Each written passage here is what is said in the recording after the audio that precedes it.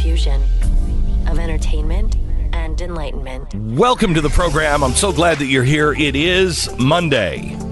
Hello, America. Thank you for tuning in. Joe Biden didn't tune in to California this weekend. And I think I know why. If you didn't love socialism, you were in trouble. But remember, we're just conspiracy theorists. There's no socialism coming. That's not what they really want. Oh, okay. We'll let you hear the audio tape. You tell me if that's what they want or not. Also, can we go beyond Twitter? Can we actually have intelligent conversations? Apparently, the answer is no, and science is now proving it. Twitter is making you more stupid. We begin there in 1 minute.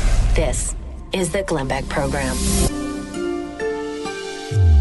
All right, in June, mortgage interest rates dropping to the lowest we've seen since early 2018. Don't wait. Call if you are looking for a home loan, you're looking for refi, consolidation loan, whatever it is. You can take 10 minutes out now and get qualified, pre-qualified for a home loan. You can afford a new home. You may even save more on a new home than, what you're paying in rent. And I believe that rent prices are going to go through the roof eventually, because I think it's going to get harder and harder for people to buy a home. But please, if you're getting a loan, get a locked-in fixed rate. You may never see mortgage rates this low again in our lifetime. With American Financing, you can choose the term 10, 15, or 18 years, whatever makes sense for you. Maybe it's time to upgrade and take advantage of your home equity to pay off some home renovations or to pay off debt.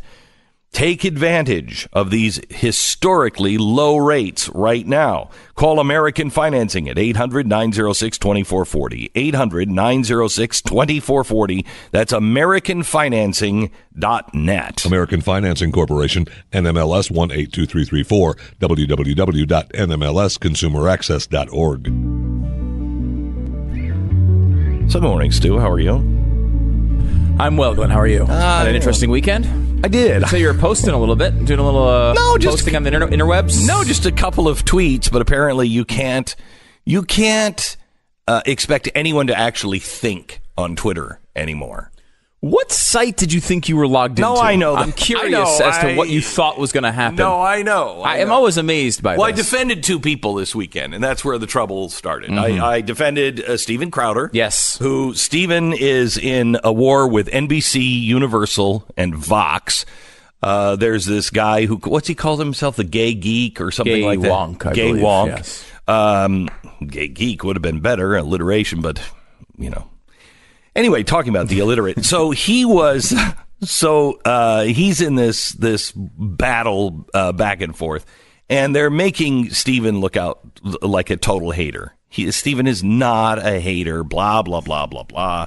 And so this guy, NBC Universal Vox, went to YouTube and said, you have to investigate Steven Crowder. He's a hate monger. And so they did.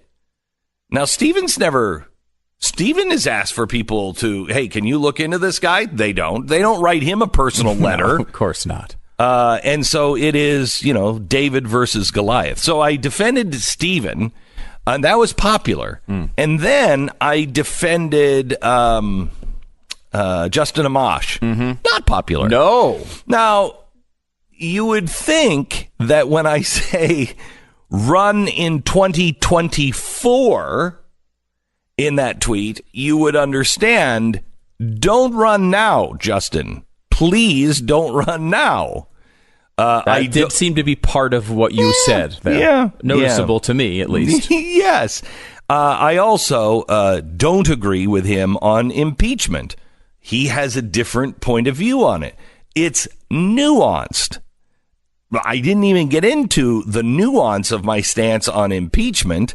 I just said, don't agree with him on impeachment. Apparently not good enough. You must hate Justin Amash now. Right, because I mean, everyone's like, "Oh, what are you MAGA or never Trump? Make up your mind." I don't know. Maybe neither. Maybe you just decide on a particular issue how you feel about something. Stop with groupthink. Oh Stop my gosh! with groupthink. Isn't that supposed to be the other side? Yeah. Isn't collectivism supposed to be an aspect we criticize as conservatives? But no, you have to be part. We can only identify people as groups. It's like we've completely, wholeheartedly accepted and embraced every piece of identity politics. We just disagree on which identities we should be behind. Exactly right. What is exactly that? Right. I don't even understand it. Oh, the British, the the Bridget Fetisi thing this weekend, which we also have to get through. She was hammered on Twitter, and it's like, why? Why what is she? What did she do? I didn't see any of this. She was on the podcast on Saturday. Yes, right. That's enough. But that was what she was criticized for? Yeah, okay. Yeah. You're on with Glenn Beck. He's MAGA. He's a never Trumper. He's evil. He's not evil. I mean, it was crazy. Right. It was crazy. So I don't know. I don't know how we're going to get past this if we can't think. See, this is what groupthink does. They just shout you down. This is it's a Alinsky tactic. Just shout people down and get them to shut up. Well, I'm not going to shut up. And if you don't understand subtlety and nuance, and, there are things that I agree with this person on, and there are things I don't. I'm not going to throw the baby out with the bathwater. Justin Amash is a great conservative. He's one of the only guys, in fact, I think the only guy that actually has cut spending, not cut the rate of increase, but actually was going in to cut spending. I believe there's 5 of them. 5 out of the 535 out there. Right. There's 5 of them that have done it, and Amash has done it more than anyone else. Right. So he went as a Tea Partier. He went in as a small government guy. That's what he is. Now, when it comes to impeachment, I think this entire thing, first, let me say this. The reason why they haven't impeached him yet is because they know it will be very unpopular. There's a poll today that says that 60% of Democrats want Donald Trump impeached. I don't think that's true. If you look at they might say, oh, it'd be nice if he was impeached, but they don't want to. They're not in it. If you look at the ratings from cable news last week was a very big, hey, Democrats, we might be able to impeach him. Yeah. Lowest on record. Disaster. Yeah, nobody's watching it. And I mean Democrats. No Democrats are watching it. They don't want it. Now, they may say they want it, but they don't want to look at it. They don't want to think about it. And of the 40%, I would bet you 35% are saying, enough of this. So impeachment is just a political poison pill for the Democratic Party. I actually kind of hope that they take it because I think Donald Trump is good enough to turn that around on them.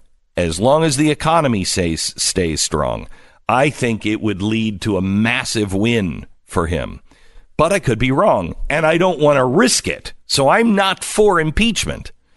The other thing about impeachment that people are like, there was no crime. That's the point of impeachment. Impeachment is whatever anyone wants to make it. So in other words, you don't like this guy because he's changed his hairstyle. If you could convince the American people that that's bad enough, that's a betrayal. He's had that hair ever since I've seen him. What, he's changing it now? Here, the last year? He's betrayed my trust. You could make that case. Nobody's going to impeach him because the American people won't be for it. Impeachment is political. So if the people say, you know what, I'm done with him, then whatever they say is impeachable is impeachable. It's political. High crimes and misdemeanors. What does that mean? pretty much whatever they want it to mean. Remember, Watergate was going fine for Nixon. They had the hearings and everything else. It was only when they discovered the 18 minutes of missing tape that the Republicans started to say, wait a minute. Now you're editing a tape and we know who you were meeting with? Why did you edit? Where did 18 minutes of tape go? You erased it? That doesn't look good. And it was only when the opinion of the people changed and the opinion of the Republicans changed that he was forced to resign. I'm sorry, but I don't see that happening with this president, and I don't see it happening with anything that they have on this president. It's ridiculous what they have. And again, it's not like the Democrats are making a great case for it. Most people are sick of this, and they don't think that there is anything to it. And I think Donald Trump is good enough to be able to say, I've got to go back to work for the American people, especially if the economy starts to go soft. This is where it gets really dicey and really risky. But he could make the point, these people have obstructed me from the day I got into before I got into office. They were marching against me. I need people I can work with. I need people who will pay attention to the country, not to this nonsense. Make it end. And I think he might actually be able to pull that off. Because nobody's watching CNN. Nobody's watching any of this crap. And I know this audience has this ability to be able to look at things in kind of a bigger picture sense. It's like, look, I think he's wrong on the impeachment thing too. If I was in, I would not be on his side of the impeachment thing if I was in Congress. However, look at the rest of what Justin Amash has brought to the table. Let me give you some of these scores. Heritage Action, he's got a lifetime 86%, which is very high. For the ACU conservative rating, lifetime rating 87.1%. Conservative Review, of course, part of the Blaze, his lifetime is 90%. Most of that before it was part of the Blaze. FreedomWorks, his lifetime score from FreedomWorks is 100%. 100%. There were seven. I said five. Seven out of 535 who voted to cut spending. You've got, of course, in the Senate, only two: Rand Paul, Mike Lee. Period. That's it. In the House, you have John Duncan, Raul Labrador, Griffith, Thomas Massey, who's another really good one, and Justin Amash, who's actually cut it more than anyone in the entire Congress, just slightly ahead of Massey, and I know it bothers Massey. He'd be great. He'd be great. I mean, these things, to say that you have to throw out someone who is one of the 7 people basically in our government who take fiscal responsibilities seriously. You have to throw him out because I think he's wrong on this issue, but still, you're going to throw him out and get rid of him because of that? I mean, I just don't understand. It's gonna have no impact. It's not going to affect Trump at all. Even if it passes the House, they can do it with just Democrats. If it gets past the House, it's not going to happen in the Senate anyway. It's going to do nothing. It's basically a CNN issue. I love Justin, but basically this is a CNN issue where they just get to trot out the one Republican who doesn't, who disagrees with Donald Trump on impeachment, and then they get to say it's bipartisan, right? That's all it is. But you're going to take a guy who's actually taking all of the issues that the Tea Party was formed on, that, conservative values have been, he's got the most libertarian voting record, I would say, in the entire Congress. You're going to get rid of that guy and target him as a big part of the problem because of one thing. It doesn't seem to make sense. He's protecting Second Amendment rights better than anybody in Congress. He's cutting spending. We can't be a one-trick pony. So we need to be able to say, you know what? That's his strength is right over there. I completely disagree with him on this. I mean, we are I don't agree with everything my wife says. My wife is like, no, we're not going to. Oh, my gosh. Trying to watch television in my house is such a nightmare. Trying to watch anything in my house is such a nightmare. Have you seen Good Omens Good and Bad Omens or something like that. It's a new one on Netflix, and my son and I started watching it last night. And it's an angel and a devil that have been there since the Garden of Eden, and they don't want to admit it, but they both love Earth. And they're just kind of digging the whole Earth thing because you can have food and everything else, and they're really liking it. And so they're supposed to bring in the Antichrist, and they're actually both kind of working together to make sure the end of the world doesn't happen. It's really funny, very, very clever. My wife was like, I don't know if I like this. It's like, oh, jeez, for the love of Pete. We would be divorced if I had to agree on everything between what we watch on television, where we go on Friday nights, and the frickin' temperature of the house. We would have killed each other. Since when are we supposed to agree with absolutely everything somebody says? You know what? Some people are right more than they're wrong. But no one is right 100% of the time.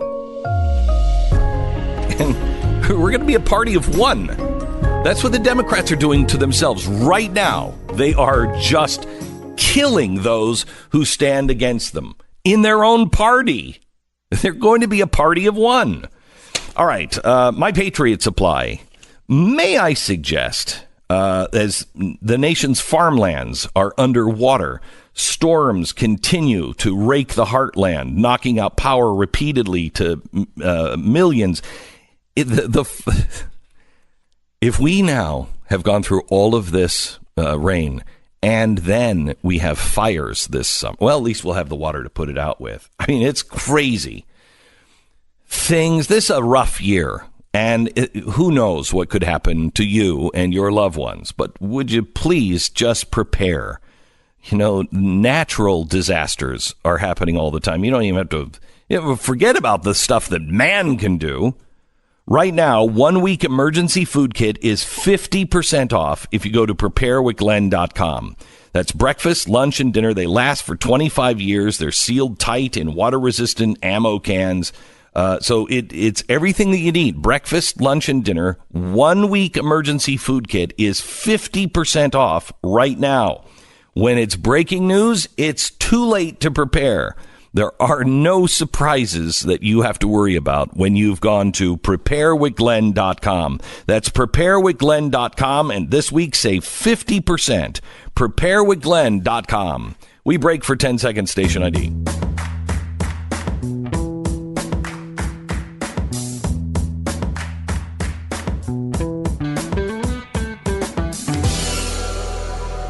So they don't love socialism. Did you know that, Stu? Oh, yeah. Well, only a racist conservative would accuse Democrats of adoring socialism. That's for sure.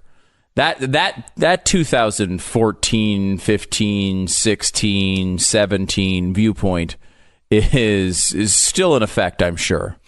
So let me give you a couple of things from the convention that happened this weekend. Joe Biden did not show up.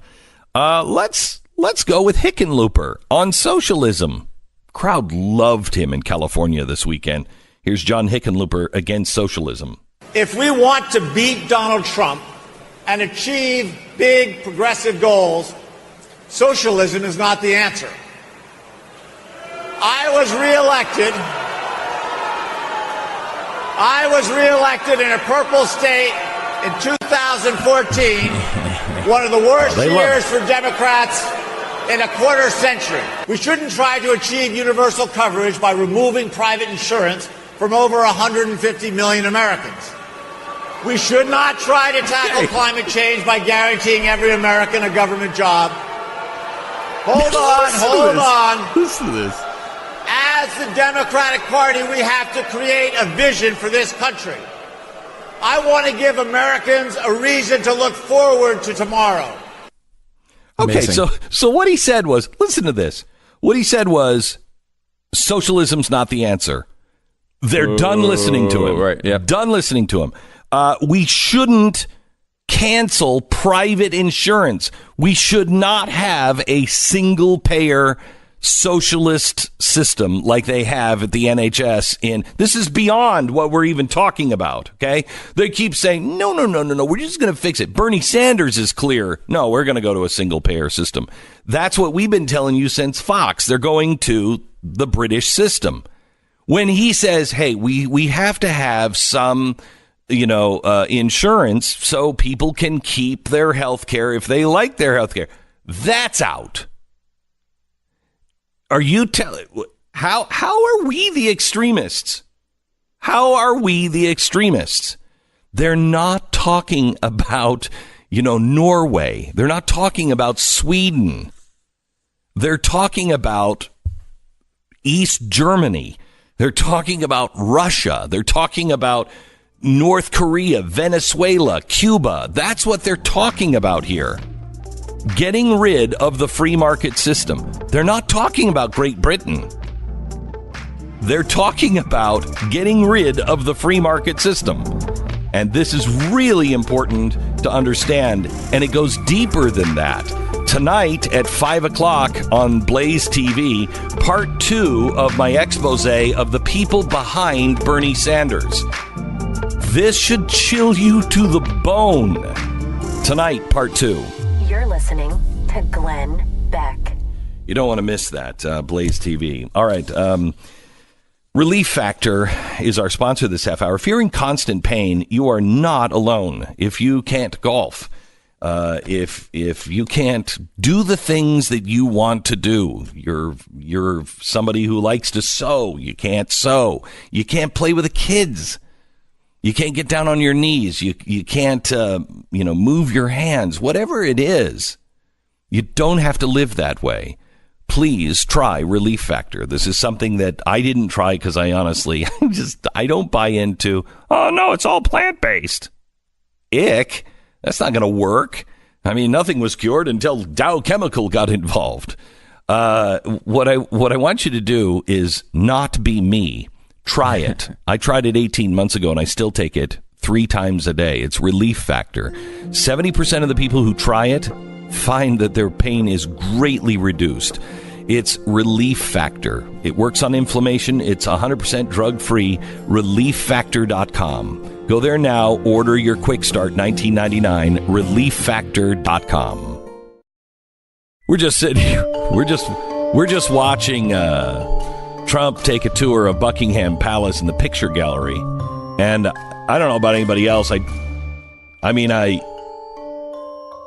don't think we need the wall-to-wall live coverage on every station of him looking at pictures with the Queen. I mean, I don't want to look at pictures, with my own family, let alone look at people looking at pictures. But it is important because it shows that she is, I don't want to infer that she's embracing him, but she's not. The Queen? Yeah, she's, they seem to be getting along really well, which is a great message for the Queen to send. But there's a couple of things. This what's her name? Merkel, Meghan Markle, whatever. Yeah, Meghan Markle. Trump did not call her nasty. Right. He said, right. I didn't realize she had gotten so nasty, meaning I didn't know she had said all those nasty things about me. Right. It was in the context of what she said about him. Right. Not her. If he had wanted to say she is a nasty person, he would have said it that way. I don't know. That's what he does. No, I don't think so. I think he would. He does all the time. When he thinks somebody is nasty, he is not that polite. Well, if he thinks you're nasty, he is not that polite. Right. He would have called her something much worse than nasty. But when I read that, I thought... But obviously that's not what he meant. My first thought was, why would he say that she's nasty? I can't imagine the context where he's going to England and he says that. Right. So then I read the article. That's not what he said. And when you listen to the to the audio, it's like, that's clearly not what he said. Not the context. Do we have that audio? Sarah, do we have it? It's not what he said. And for the press to turn that in, there's not an honest one among them. Not at all. The headline on CNN this morning was Trump insults his hosts on his way to meeting or something. Trump insults his hosts. You didn't even mention that Sadiq Khan, the mayor of London, started calling him a fascist before he even got there. I mean, Trump insults his hosts.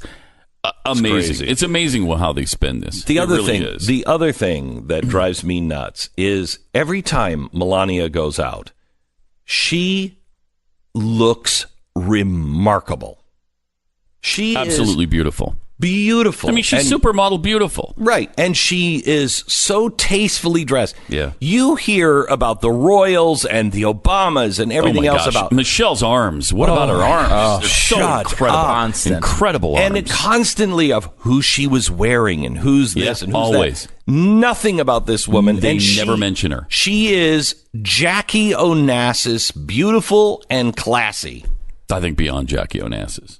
I think she's more beautiful than Jackie Onassis was. Jackie Onassis she's just the epitome of the American first lady that was beautiful and had great taste. And was really popular. You had a supermodel who was first lady. Right? Like, I mean, it's not even fair. It's not fair to compare Melania to anybody else who's been first lady because there's never been anyone even close. But the way she's Eleanor never Roosevelt. You're forgetting about Eleanor Roosevelt. Well, who's Taft's wife? She's probably pretty hot. Well, standing next to him, yes. Probably, yeah. Yes. I mean, you look at her, and it's not that she's just beautiful. She's elegant. She is. Incredibly classy. She's just elegant. And for them to never acknowledge, again, not an honest person among them. Not one. Right, because I always think that is the most pure example of bias. Like, you can say all you want that, for example, you can say, look, yes, we give Donald Trump a hard time on his immigration policy. That's because it's wrong, and he's hurting people. Okay, you want to say that? Whatever, you could say that. Obviously, I don't agree with it, but that's a political disagreement, and you can at least come to the point where you're saying, yes, we're being tough, but we're being tough for what's right in the end. Correct. This is just a straight beauty question. You freaking praised Michelle Obama like she looked like a supermodel. Now you have a supermodel and you don't even acknowledge it. No covers of fashion magazines, no wonderful spreads in the style section of the Washington Post. Nothing. She's just invisible to everybody. When she went to Africa, they were actually making fun of her outfit and claiming how colonialist her outfit was. She looked like she had walked off a Ralph Lauren fashion shoot. This is a woman who was born under the thumb of the Soviet Union. What do you mean she's colonialist? She was devastated by huge governments taking over countries. It's just absolutely crazy what they do. And again, I go back to my McDonald's fry thing. You say whatever you want about McDonald's. You're probably right. Their food is plastic. Maybe. I don't know. Maybe. But if you can't admit that their fries, before the government made them change the recipe, their fries are the best fries made. They're just fantastic. You can hate on McDonald's all you want. You can even say their fries might be made out of lead paint and baby children. I don't know. But it's still, you have to say, but that baby leg in the shape of a fry, best fry I've ever had. And if you can't admit that, you are not an honest broker. We have the audio. Here's Donald Trump on what he said that the press is saying he called Meghan Markle nasty. Meghan, who's now the Duchess of Sussex, we've given her a different name. She can't make it because she's got maternity leave. Are you sorry not to see her because she wasn't so nice about you during the campaign? I don't know if you saw that. I didn't know. Listen to how he tries to provoke. No, I hope she's okay. I did not know that. No. She said she'd move to Canada if you got elected. Turned out she moved to Britain. Well, that would be good. There are a lot of people moving here. So what can I say? No, I didn't know that she was nasty. Is it good having an American princess, then, Mr. President? That is unbelievable. Yeah. Unbelievable. I mean, because he even frames it as nice. Like, he gives the other side of it. I didn't know that. Never heard him so nice. Yes. About somebody who is, this was him This is as good as Donald Trump ever gets. I mean, that's absolutely statesman-like Yes. for Donald Trump, right? I Yes. mean, and honestly, for anybody. I mean, to say that someone's highly critical of you, all you can say basically is, look, of course they have their opinion. And, I didn't realize they said those things, but, whatever. And usually he doesn't do that. No. Never. Usually he lashes back out, but he didn't at all here. He's like, I didn't realize she said something that nasty. I didn't know she got nasty about me. There's the end. Nothing wrong with that. Nothing wrong with that. Again, the press tries to get in their gymnastic sort of contortions to try to figure out a new thing they can say that's bad about this guy every day. It's like, just pick the ones that actually are bad. If you find something that is actually bad, then do that. You don't need to have a new alert on the bottom of your screen all the time with whatever Donald Trump just said. That was like the same thing that happened at the end of last week where they're like, Donald Trump seems to say that Russia helped him win the election. And you read the tweet, and he absolutely did not say that. It's absolutely ridiculous for anyone to think that he said that. He's talking about how everyone else was discussing the election. That's all he was doing. I think this is... They don't even care. I think this, again, goes to let him do it. Let him just keep doing it. He's winning the battle against the press. He's winning it. Look at the number of people that believe in the press. What is it? 7%? Yeah, something really low. I think people like cockroaches better than they do the press. Literally. I think so. Yeah, and it's interesting to watch the press implode and the Democrats implode. You've got them falling all over themselves to make Trump out to be the devil. And then you've got Democrats embracing socialism. This couldn't be set up any better for Donald Trump for 2020. Couldn't be any better. I mean, if a socialist is elected in the United States of America in 2020, then we get what we deserve. Mm-hmm. But I don't think it's going to happen. I don't think so either. I don't think it's going to happen. I don't think it's... And it's not that... It's not that it takes a lot of thinking. I mean, listen to... Here's Jill DeBran...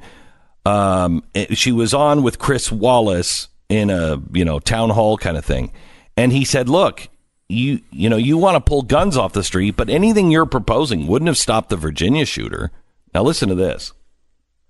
Your campaign slogan is "Brave wins." Yep. But when you were a congresswoman representing a conservative district in upstate New York, you took pretty conservative positions on guns and immigration. Once you became the senator for the entire liberal state of New York, you flipped and took much more liberal positions on guns and immigration. Oops. So, right. How is that brave? It's because I came from a district that was really rural. Second Amendment was important. Hunting was important. My mom, of course, she cooked the Thanksgiving turkey, but she also shot the Thanksgiving turkey. So I understand the importance of having a hunting culture and preserving our Second Amendment rights. And that's why I'm in the best position, Chris, to lead this country into a place where we can have common sense gun reform. Okay, so common sense gun reform. Play the next clip, please. Didn't answer the question, though. Common sense gun reform. Listen to this. I heard the 3 points you specifically made. Having said that, none of them would have prevented what happened in Virginia Beach. This gentleman, he didn't buy an assault weapon. He had 2 handguns. He bought them legally. So how do you prevent? I understand that all of your plans aren't going to stop all of them, but is there anything you could have done that would have stopped this terrible incident? Yeah, stop being beholden to the NRA like President Trump is. NRA? That's the dumbest answer I've ever heard. So stupid. First of all, it's not an answer. How about the stat on just Bloomberg's organization? Michael Bloomberg has an anti-gun organization, as you may know. He spent 50% more in the 2018 election than the NRA did. Just his organization spent 50% more in that election than the NRA. So stop being beholden to the NRA. How is that solving anything? How is that solving anything? She has to know it isn't, right? Right. She can't be that stupid. She goes on to claim that they don't care about, they care about money. They don't care about children. They don't. Have you met NRA? Was your mom an NRA member? By the way, I don't believe that your mom went out and shot the turkey, too. Maybe it's true. I just don't see it. But that's a terrible answer too. Like, well, the reason why you think I flip-flopped is because when I was in a conservative district, then I voted conservative, but now I'm not, so now I'm voting liberal. That's essentially what you said. That's what he accused you of. Right. That's not yours. This is supposed to be your excuse. So your answer is, yeah, you're exactly right. All right. Our sponsor this half hour. I want to talk to you about the USCCA. The USCCA is a great organization that wants to give you a brand new handgun. Yeah. They want you to be able to protect yourself in a responsible way. If you're a responsible gun owner, you should have this opportunity to win a free new gun. They're giving away free guns every single day. They're giving a different gun away every day, but it ends on June 21st. The official rules are on the page. Just text GLENN, Glenn, to the number 87222. That gets you registered. Just text the word Glenn to 87222. You could get up to 17 chances to win your gun every single day. Could be 17 Kimbers, could be 17 Glocks, 17 new SIGs. Oh, I've got to bring in my new SIG. I got a new SIG, and it is the greatest gun I've ever fired. It's a new handgun. I love it. Anyway, text GLENN to the number 87222, and you could win 17 new guns. Glenn at 87222. We have a tremendous show that is airing tonight on Blaze TV. It is part 2 of the people behind Bernie Sanders. Last week, we showed you the guy who's actually running his campaign. He's really, I think, the shot that was heard around the left. He is the guy who was instrumental, I believe, in the war in the Democratic Party. And the Democrats are being taken over by socialists, Marxists, Islamists, radicals. And he's one of the main leaders, but it doesn't stop with him. We'll show you tonight everything that you need to know about who's behind Bernie Sanders. And it's not a pretty picture. Show me your friends and I'll show you your future. It makes the Obama radicals that were around Obama look tame. Would you agree with that, Stu? Oh, yeah. I mean, this is much crazier. Again, they're at the point now where they're admitting and booing overtly on stage people who say they're not socialists. Yeah. Right. This is a totally new era of Democrat. And they're not even, I mean, really, they're not even Democrats. They're using that name as a convenience. It's a party that's already established. If they could start their own socialist party and just go that way, they would. It's just harder. We saw this with, some of the libertarians that were in Congress, honestly. A lot of them could have gone to the Libertarian Party, but went to the Republican Party because it was a lot easier. Right. And that's what socialists are doing now. They're not what people thought of as traditional Democrats. And it's not even, to this point, because we're talking about anti-Semitism thrown in there. This is not just policy-wise people are radicals. That is part of it. No. But it's worse than that. These are Islamists, some of them, and anti-Semites, and really, really, really bad actors. Part 2 tonight. You can watch part 1 now on demand at blazetv.com/Glenn. Use the promo code Glenn and you're going to save 10%. Today is a day to sign up. And you can cancel in 7 days. If you don't love it, if there's not, enough for you there.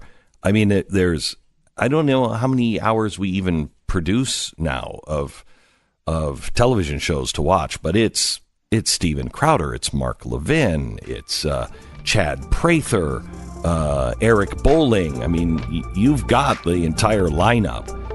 Join us tonight at 5 o'clock. Just try it out. Go to blazetv.com, blazetv.com/Glenn. Use the promo code Glenn. All right, more in a minute. This is the Glenn Beck Program.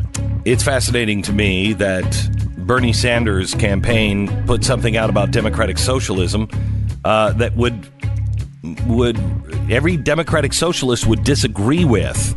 At least if they were honest. It's what socialists always do when they try to sell socialism, because the people are usually not for socialism when you get down to the details.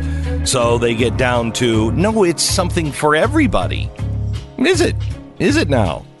We'll go into that and show you who's around Bernie Sanders. Who's running his campaign? Who's behind the Bernie Sanders team? When you meet this group of radicals, it might make you think twice. Really? He thinks that democratic socialism is just something that everyone's going to want and buy into, and it's going to be a happy utopia? Let's show you behind the curtain in 1 minute. This is the Glenn Beck Program. You know, only 1 in 5 homes have a security system in their house. 1 in 5. Do you know the number one thing that burglars say invites them into somebody's home?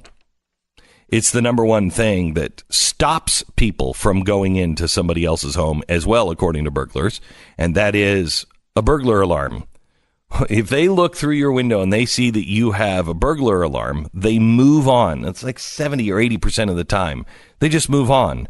The idea that your home is cased or, whatever is really almost movie stuff. Most burglaries are spur of the moment. They see a house, it doesn't have a burglar alarm in it. They go in and break in, smash and grab, and they're gone. And 15% of the time, police find them. You want a security system that's not only going to stop them, but take a picture of them, give it to police, alert police, call 911, and you want it so you can afford it. It's not hardwired. It's not an ancient, decrepit system. It's brand new technology, state of the art, and giving you the best coverage. Now, I think they can safely say above anybody else, because they're now doing... It's more like what somebody like Apple or IBM would get. You have services from Simply Safe that no other security system will allow you to have. Simply Safe. They're doing things right. There's no contract. The monitoring is $14.99 a month. Are you kidding me? Do you know what you pay a month for a wired system? And this system is better, and you own it. And right now, if you go to simplysafebeck.com, you'll get a free security camera when you order. That's a $100 value. You'll have eyes on your home 24/7, video evidence if somebody tries to break in. It's simplysafebeck.com. Go there now, simplysafebeck.com.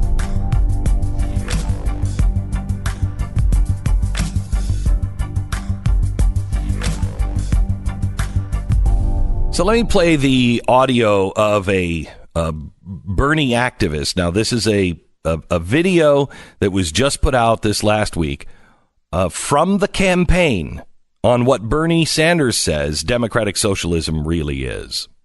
What democratic socialism means to Bernie is having a government which represents all people, not just the very wealthy. Democratic socialism is making sure that all of our people have health care as a right, education as a right, housing as a right, and childcare as a right. That's what Bernie believes. For Bernie, democratic socialism does not mean that government should own the means of production. It means that the middle class, the working families, and the working people who produce America's wealth deserve a fair share of it. These lies have happened before. In 1965, when President Johnson passed Medicare and Medicaid, conservatives like Trump attacked these programs as a socialist threat to our American way of life. We can look at the example of countries like Denmark, Finland, and Sweden, where working people came together to make sure everyone benefited from the wealth being generated and all people are guaranteed health care, a good education, and the ability to take care of their family. But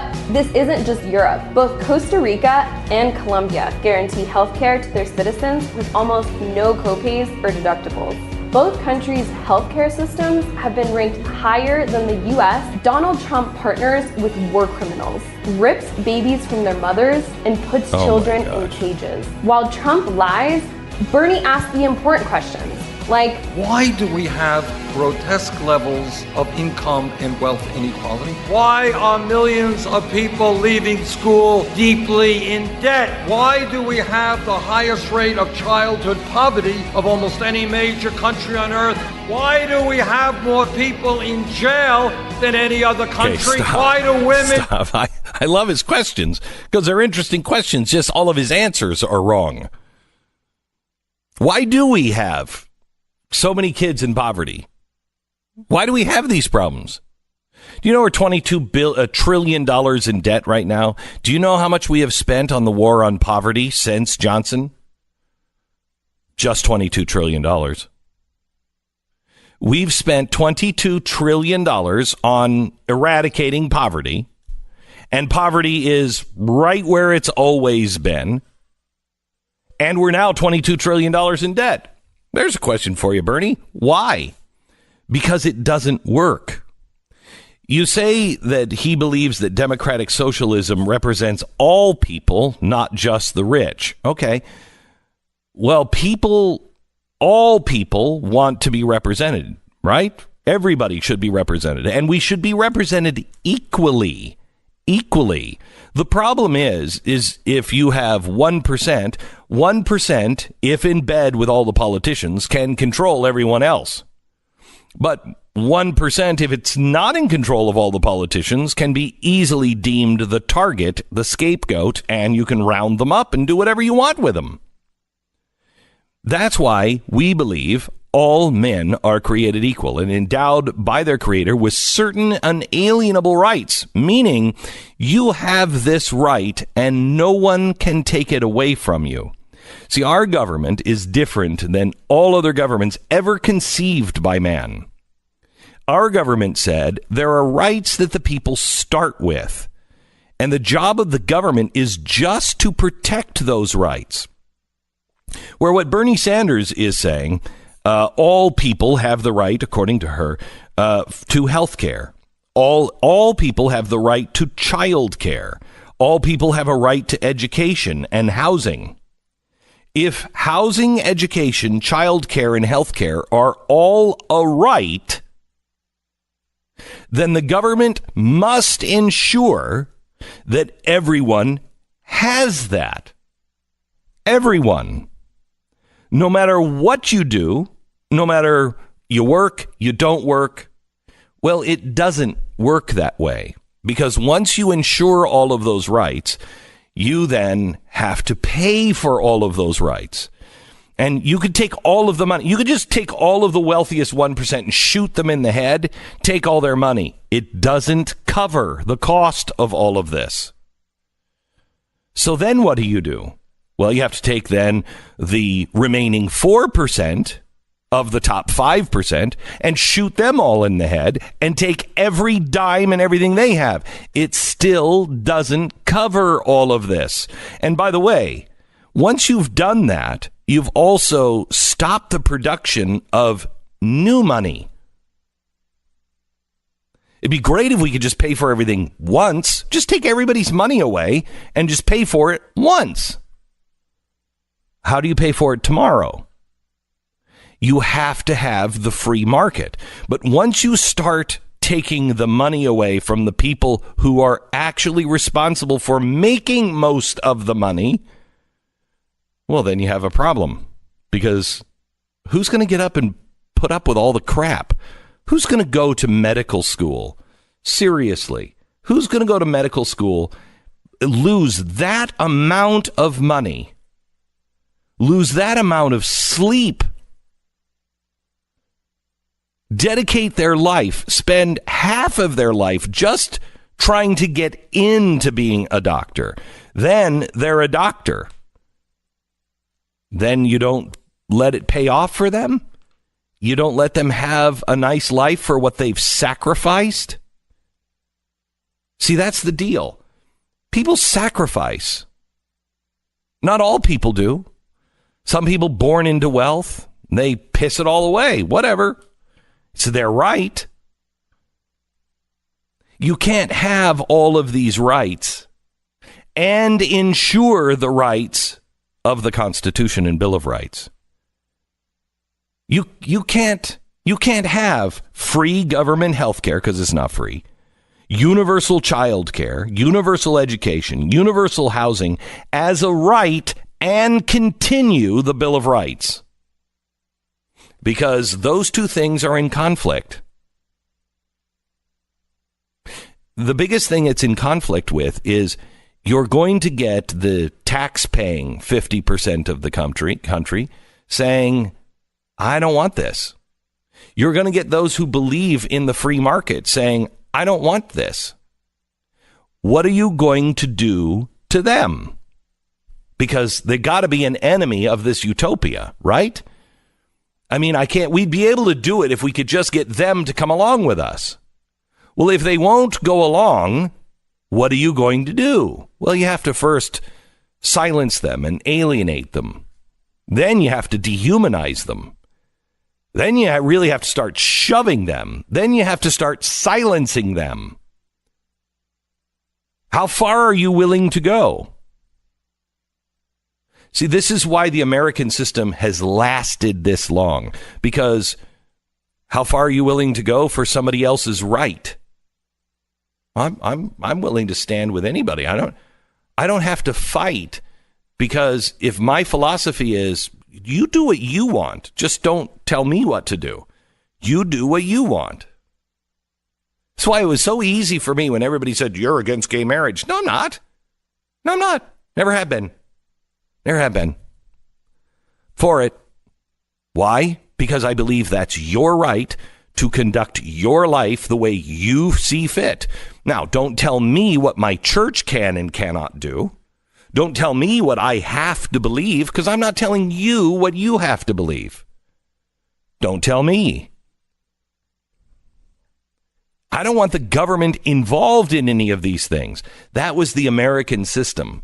Neighbors would work it out. Towns would work it out. States would work it out. And the federal government would guarantee the rights. It would be the protector. Wait a minute. These certain rights are guaranteed, and we are never to violate those things. That's the way it worked. Now, Bernie Sanders, he can tell you that, healthcare is so great elsewhere. Well, healthcare is good in the Netherlands because it's a free market system. Yes, they have socialized medicine, but socialized medicine and all of this medicine, it's all falling apart. You know why? Because they used to be countries full of nothing but white people, and white people who had exactly the same heritage. There was no diversity. And so it was very easy to get a small country to agree that all of the people that they're pretty much related to, they can share. Okay, well, that's what they decided to do. It's part of their culture. But now that they have new people coming into their culture that don't want to behave like the rest of the people in their culture, it's starting to fail. We are the most diverse country ever on the face of the earth. Ever. We're something entirely different.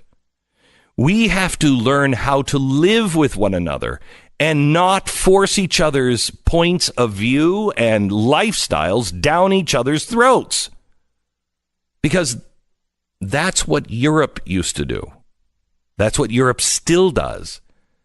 You'll do it this way. Oh, you weren't born into this family? You don't have this connection? You're not a member of the knighthood of whatever? Oh, then you can't do that. You're not a member of the union? Oh, well, you can't work. That's anti-American. Not un-American, anti-American. The idea in America was you don't have to. You could start whatever you want. You can do whatever you want. Don't violate other people's rights. I ask you, if you're on the other side of the rights argument and you say you want all of these things, you have 50% of the country that's not going along with you. What's your plan? Let's say you win everything. What's your plan? How are you going to get the other 50% of the country on your side? Because they're not listening to you. They don't believe you. They don't want it. They vehemently disagree with it. What are you going to do? Answer that question. Bernie, I know you ask a lot of questions. I'd like an answer to that one. What is it you're going to do with the half of the country that wants nothing to do with universal everything and democratic socialism? All right, I want to talk to you a little bit about X-Chair. X-Chair is just a great chair that both Stu and I sit in every day, and I love it. It's as comfortable as any recliner you've ever sat in, and yet it will also keep you straight, sitting up straight, the right posture. Your back never hurts in this chair. And until we have free X chairs for all from our government, you have to actually look into it and do some research. I got to ask Bernie, why is it we don't have free universal X chairs? I know. It's the one policy. It's the one thing he hasn't promised America. What a surprise. It's actually something good. I want you to feel the DVL difference for yourself. Try an X-Chair for 30 days, completely risk-free. Try it for 30 days. If you don't love it, if you don't feel the same way I feel about it, ship it back. Not a problem. $100 off right now at xchairbeck.com or call 844-4XChair. 844-4XChair. You can finance your purchase for as little as $30 a month. Go to xchairbeck.com. Use the X Wheels promo code. That's the letter X Wheels. And you're going to receive a free set of the new X Wheels with your chair. It's xchairbeck.com. We pause for 10 seconds. Station ID.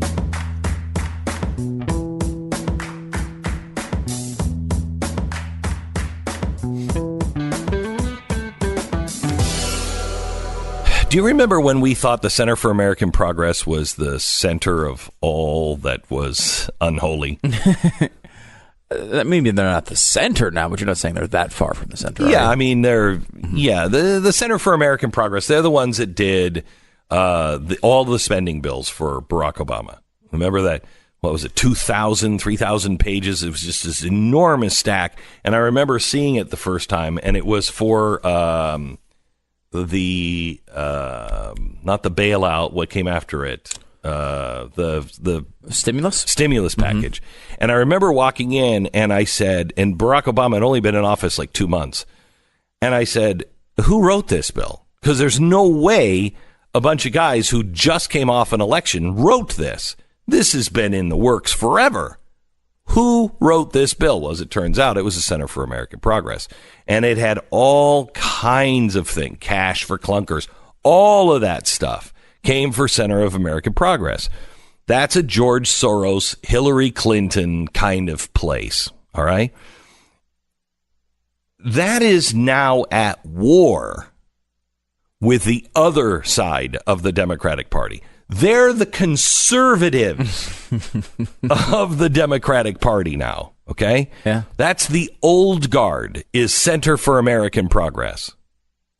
And I want to show you how this is morphed into something very, very dangerous, and it is Bernie Sanders and his campaign that is on the other side of Center for American Progress. All right.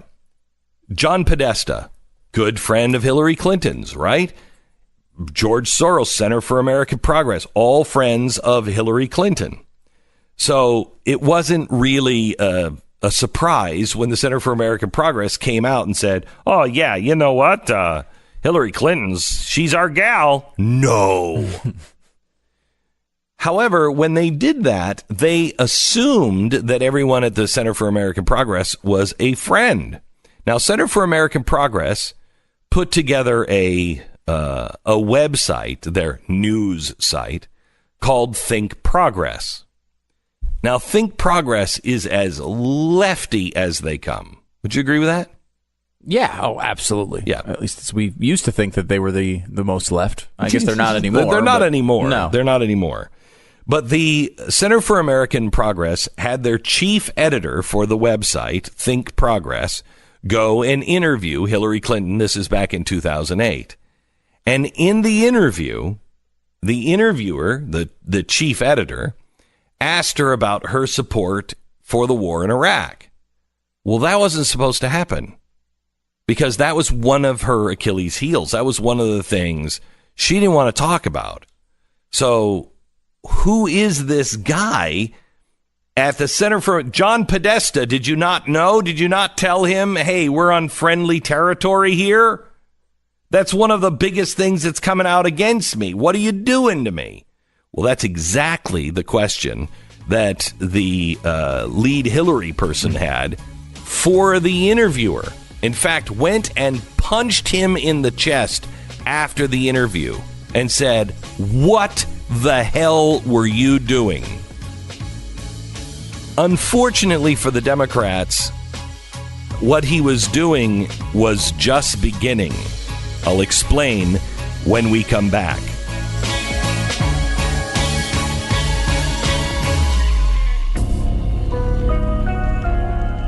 You're listening to Glenn Beck. Omaha Steaks. Think about it right now. Omaha Steaks are the best fillets. You can cut them with your fork. They have the best fillets, the best, just the best steaks you can get. I'm a rancher, and I'm telling you, Omaha Steaks, really good. Now, here's the thing. For Father's Day, they have a steak fix gift package. 2 fillets, top sirloins, pork chops, 4 Omaha steak burgers, jumbo franks, chicken fried steaks, all beef meatballs, 4 premium chicken breasts, 4 caramel apple tartlets for dessert, a package of their steak seasoning, and you'll get 4 extra Omaha steak burgers. All right? That's one package that normally is $235. They're giving it to you for Father's Day at $59.99. If your kids don't get this for you, they don't love you. It's Omaha Steaks. Go there now. Put up in the search bar BECK, and you'll find this special. It ends Father's Day weekend. Go there now. So going back to 2008, Center of American Progress was pro-Hillary Clinton. John Podesta was running the place, and Hillary's top aide was Neera Tanden. Now, Neera, when she went in for this interview with Hillary Clinton, with the website that was started and run under Center for American Progress, Think Progress, it pretty much torpedoed Hillary, peppered this with questions about Iraq, which she wasn't prepared for because she was in a friendly room. And Neera, the top aide of Hillary, was so upset. She chased this reporter down, this editor, and said, "Who do you think you are?" And he said, "Faiz Shakur. That's who I am." Now, since this time, Neera has become the head of the Center for American Progress, and Faiz has become the head of the Bernie Sanders campaign. So the war isn't finished between Hillary and Bernie Sanders. But even more so, what the Democrats tried to do with Faiz was take him from the Center for American Progress and Think Progress, which is as radical as they come, and bring him over to the Capitol and try to get him in with the old dog Democrats. Maybe he could teach them some new tricks, and maybe they could calm him down and bring him into the fold. Well, what always happens when you bring an enemy into your camp?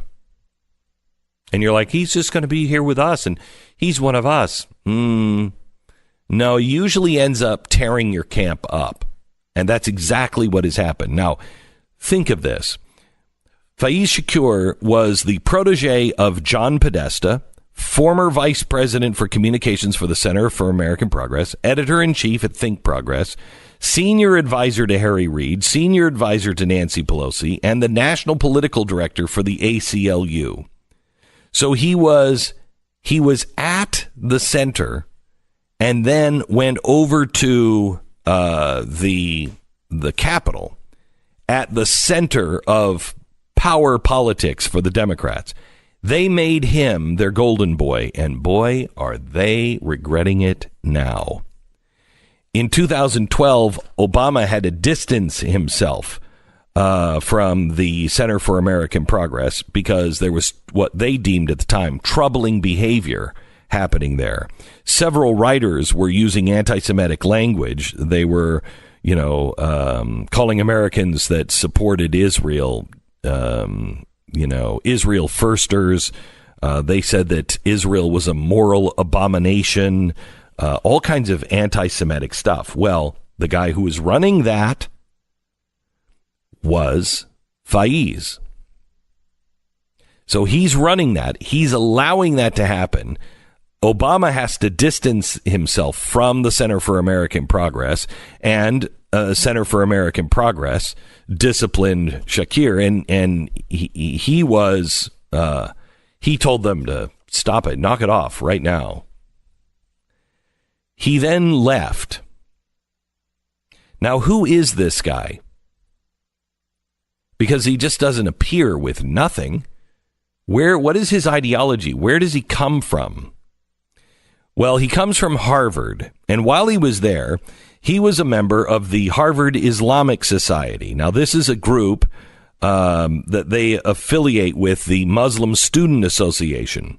The Muslim Student Association was founded in 1963 by the Muslim Brotherhood, as in the terror group that founded the modern-day jihad. That's who founded the Muslim Students Association. Now, he has a fundraiser because he becomes a big fundraiser for this Islamic community on campus. And he does a fundraiser for the Holy Land Foundation. Well, that was kind of a problem because they were indicted as co-conspirators to help fund Hamas killing Jews in Israel. So it's kind of a problem there. So Bernie Sanders is bringing this guy on. Now, he's not only helped raise money against Israel, he's not only a radical of the radicals that they just can't shut up or get control over him, but he's also the guy who wrote Fear Inc., The Roots of Islamophobia. Now, he's one of the main architects that gets people silenced if you say anything at all about Islam. He's also got a real soft spot for the Muslim Brotherhood and their affiliated groups. He wrote about the head of the Muslim Brotherhood affiliated political head in Tunisia, who, said, look, there are no civilians in Israel. The population, males, females, and children, they're all the Army Reserve soldiers and thus can be killed. So I love this guy who says you can kill children because they're part of jihad. No, I don't, Faiz. I don't know why you do. He's the guy who is one of the heads of the civil war that's happening now in the Democratic Party.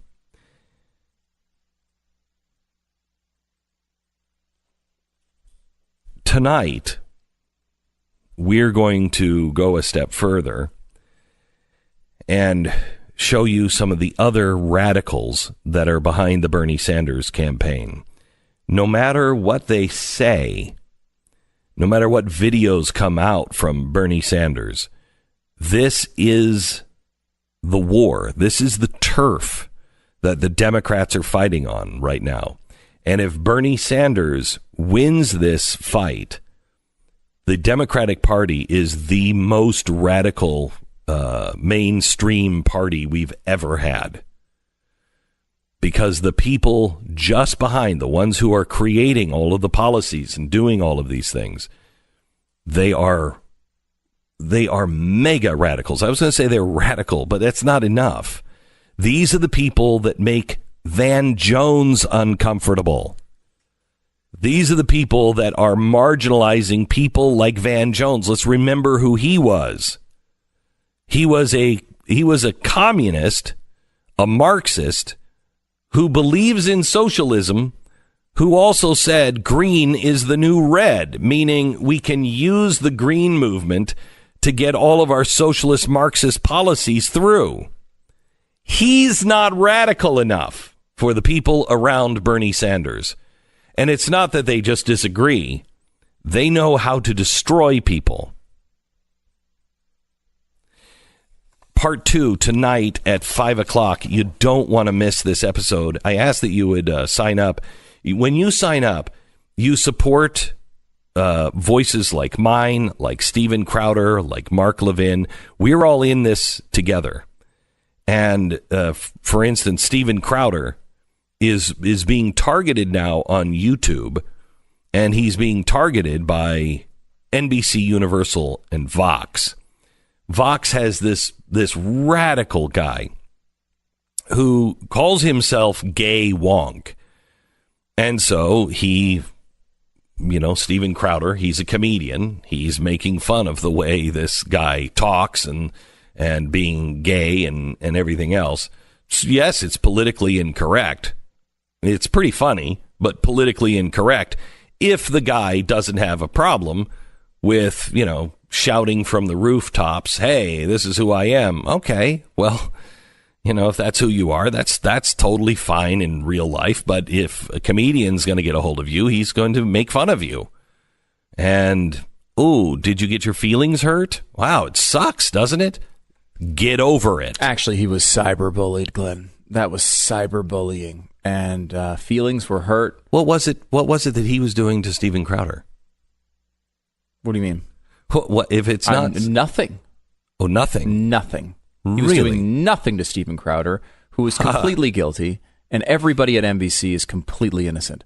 That's what always happens in these situations. Like, for example, it's completely fine for the Daily Beast to go in and find a guy who posted a video of Nancy Pelosi speaking slowly, who's just a working class guy who's a Trump supporter in New York, not really part of the media at all. He's got a couple of small Facebook pages.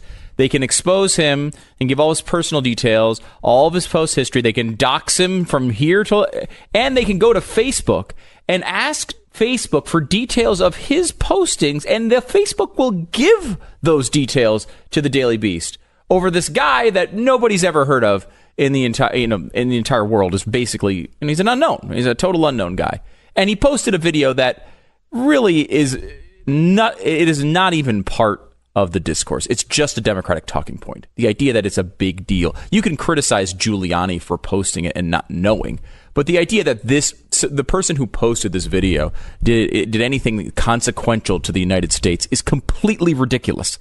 And they'll go and they'll dox him and they'll go through his entire history and act as if he's running for president. That's okay. But but God forbid you actually go after a public figure and you make fun of him, that's enough to just overturn your entire account. I mean, that is an insane standard. Insane. So it's not a standard. It's what they're just doing today. Yep, what they're doing today. And they'll do something else tomorrow if they want to and they feel it'll help them. That's why we ask you to join the blaze. We are trying to give you the truth. We're trying to uncover the stories that no one else will. I don't know anybody else who has done this extensive of work on a couple of these candidates, Bernie Sanders being one of them. And this is really only the beginning. I mean, literally, we could do shows all summer long just on the people around Bernie Sanders. I think we could do it all summer long and still have you by the end of August going, oh, you got to be kidding me. To be fair, he's been around for 147 years. There's a lot of people who have surrounded him. Right. No, but I mean the ones that are currently surrounding. Mm-hmm. Tonight, we're going to show you more.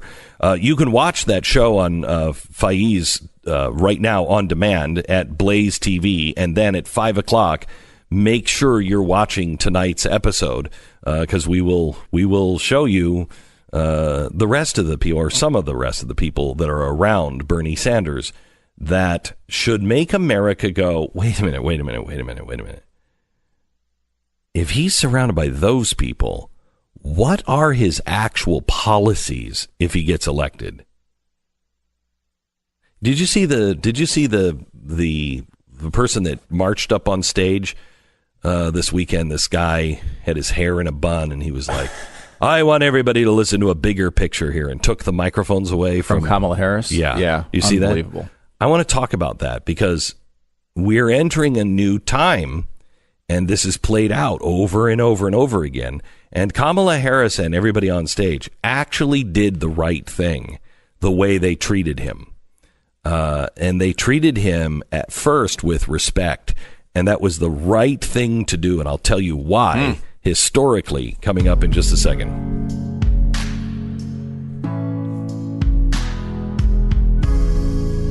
LifeLock is our sponsor this half hour. Security researchers have discovered that hackers have breached an analytics service, an open source project modifying files to embed malicious code on 4,600 websites. Not emails, websites. Now, malicious code can log content, users' information into data fields secretly, and then sends the information to a server located in Panama. The information could include data entered on checkout and payment pages and contact forms and login sessions. I mean, it's crazy. This is just the latest. 4,600 websites. Every day there's another one of these stories. There is. It's why you have to have LifeLock. Nobody can follow everything, not even LifeLock. Nobody can prevent all identity theft, monitor all transactions in all businesses. But they're going to do it better than anybody else. And if something does happen, they have a U.S.-based restoration specialist that will work to fix the problem. That's worth 10 times what you would possibly pay every single month just to have them monitor and alert you. Taking care of it is really the secret sauce. Right now, you can get 10% off your first year of protection with LifeLock.com. Use the promo code Beck and get that 10% off. It's LifeLock.com. You can call them 1-800-LifeLock, 1-800-LifeLock, or LifeLock.com, promo code Beck. So Kamala Harris was out she was doing a sit-down interview on stage, and a protester runs up and wants to talk about global warming and grabs a microphone. And I want you to listen to this. Of your first big idea on the gender pay gap. Not everyone works for a corporation. Yes. And a big... Hey.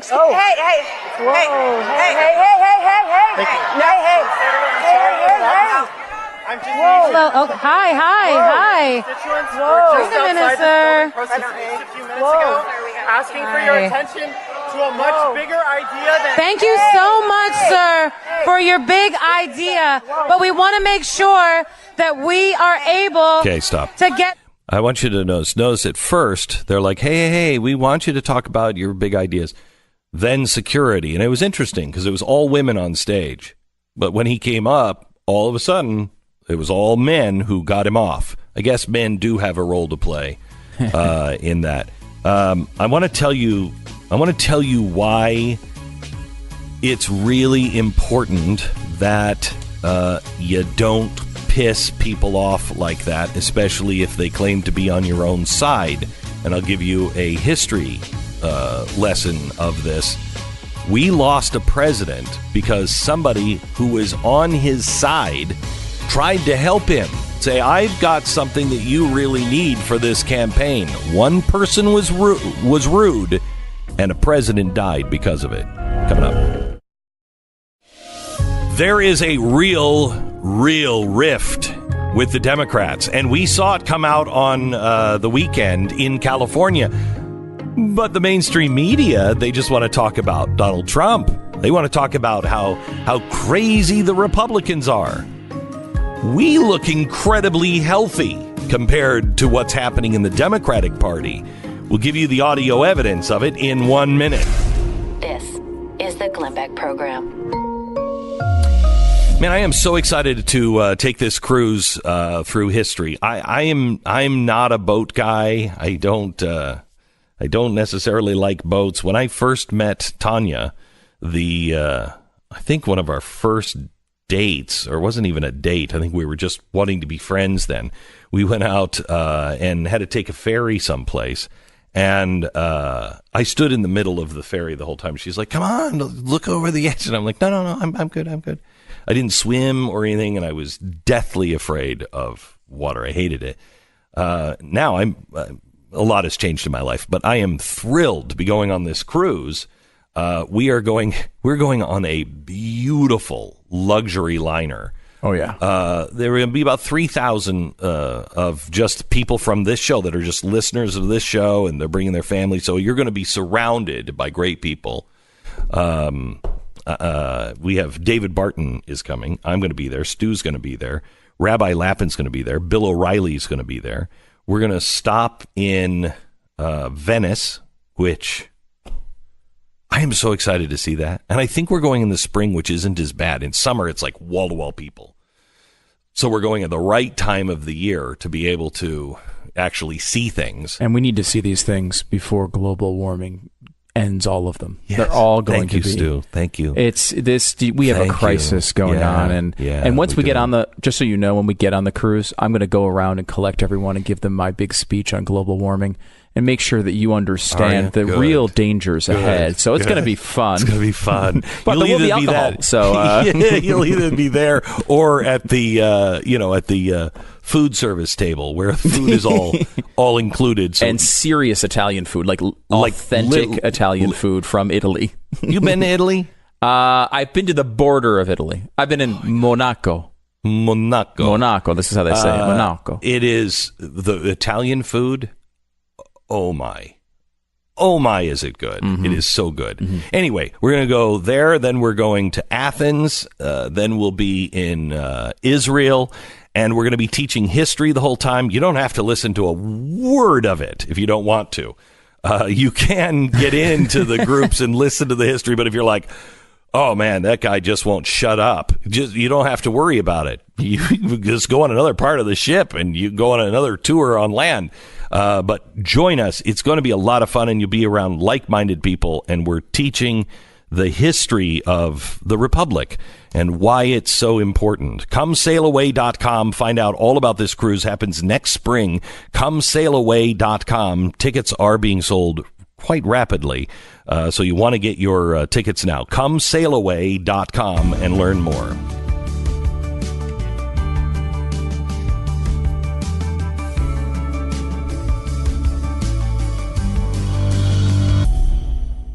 All right, I want to show you the civil war that is happening in the Democratic Party.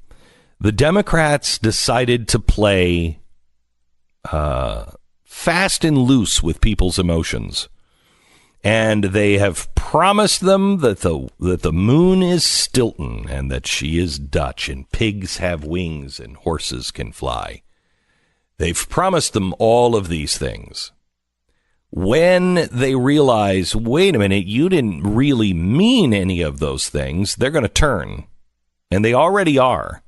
Now, we played the audio of Kamala Harris on stage. Let me play it again for you real quick.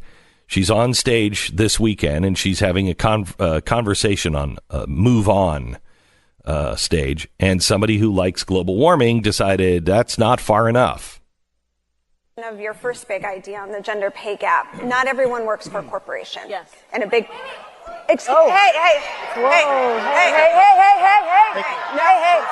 The guy could have, if it wasn't for the man bun, the guy could have just gone up on stage and just killed her. If he had a gun or a knife or something, he could have killed her. He walked right up to her. I mean, he could have killed her with his bare hands if he didn't have a man bun and had no ability to do such things. Right. Okay. I mean, but thank God. Right. Thank God. He was genderless. Anyway, so this is a sign of things to come. How many times have we seen people on stage in Seattle, even Bernie Sanders is on stage, and radicals take over?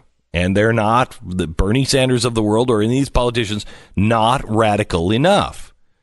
If you want more evidence that things are really kind of out of hand on the radical side, if anybody actually believes that the people who are really involved in this process are not total radicals. I want you to listen to what happened this weekend in California. First, let's play Hickenlooper.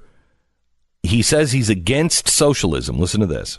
If we want to beat Donald Trump and achieve big progressive goals, socialism is not the answer. I was reelected in a purple state in 2014, one of the worst years for Democrats. Okay, stop. Now, let's listen to Democrat John Delaney, also running for president. He says something similar. But we need, as Democrats, to build an economy that works. But it's got to be with smart policies. Medicare for all may sound good, but it's actually not good policy, nor is it good politics. I'm telling you.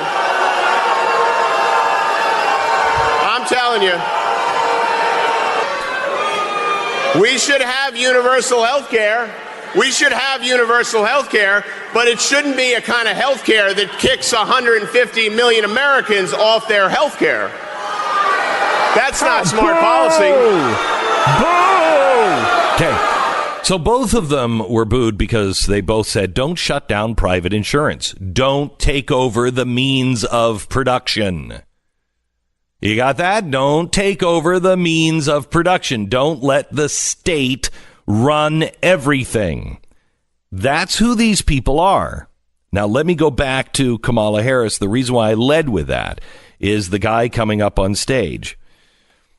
There's one president that we lost, and we lost because he thought, the guy who killed him thought that the president was a real radical. And now this guy was also a little nuts, but don't you have to be to kill somebody else? Don't you have to be to kill a president? Usually part of the ingredients in the recipe. Yeah, you're a little nuts. So this guy, and I don't remember what it was, but he wrote to the president, wrote to the president's people, and said, "Hey, I've got this idea, and this will help you win." And he heard the president use similar kinds of things, and there's no evidence that he took this guy's idea, but this guy thought, yeah, see, that's me. And so the president's going to love me when I come down and I see him because I gave him the winning strategy, and I've got some more stuff for him. And I know he's going to reward me, and I want an ambassadorship to, I don't remember where it was. So he goes into the White House and he demands a meeting, and he gets one with the then, equivalent of the chief of staff. He just gets one because nobody knows what to do with him. And so the chief of staff comes out, and he's caused all kinds of problems. And the chief of staff says, what is the deal, dude? He's like, hey, the president used my philosophy. And he's like, the president didn't use your philosophy. He didn't. Well, he's going to want to appoint me. He's going to want to meet with me, because he's going to want to appoint me to an ambassadorship because I really helped him. He's like, dude, the president doesn't want to meet with you, and he's not going to give you an ambassadorship. And no. Well, the guy left, and he felt as though this president was a fraud. And he had to be a fraud because he said all these things, and now he's either denying that I helped him, which I know that he did, or he's sending these bullies out. And you can't have bullies like this on your team if you're a good person. So he shot the president. The president died. That president was McKinley. He was shot by a fan. The Democrats have gotten into bed with people, and what we're creating now is exactly what we warned about years ago with the French book, The Coming Insurrection. The progressives decided that they would bring in the Marxists, the communists, the revolutionaries, the anarchists, and that they would use them to be able to further their agenda. Well, they have used them, and those people know they've been used, and they were used willingly.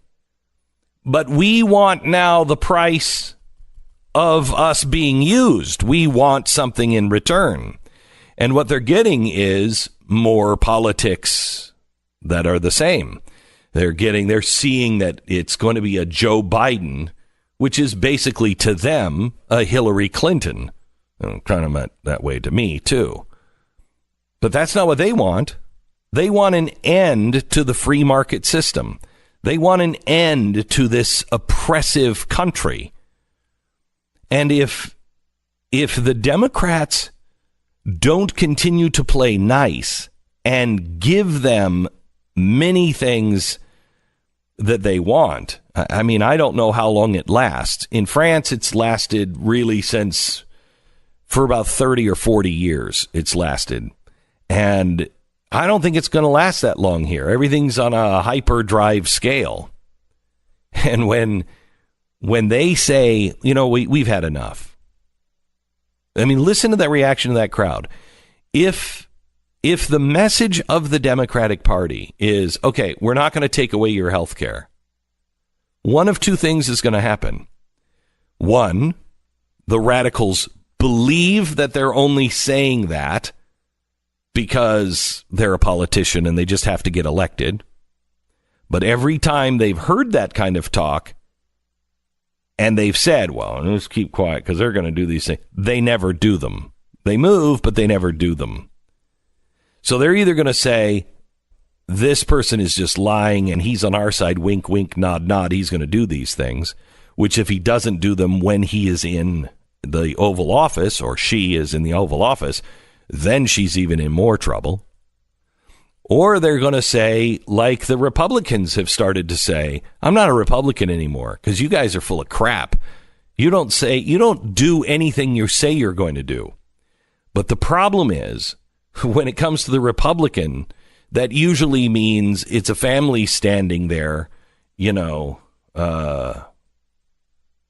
with their picture of Ronald Reagan or whoever, and they're like, you guys are betraying. We wanted lower taxes, and they're not going to chop your head off. They're not going to build a guillotine, and they're not going to put fences up and throw smoke bombs and everything else. That's not what they are. The left has embraced those who do those things and like to do those things.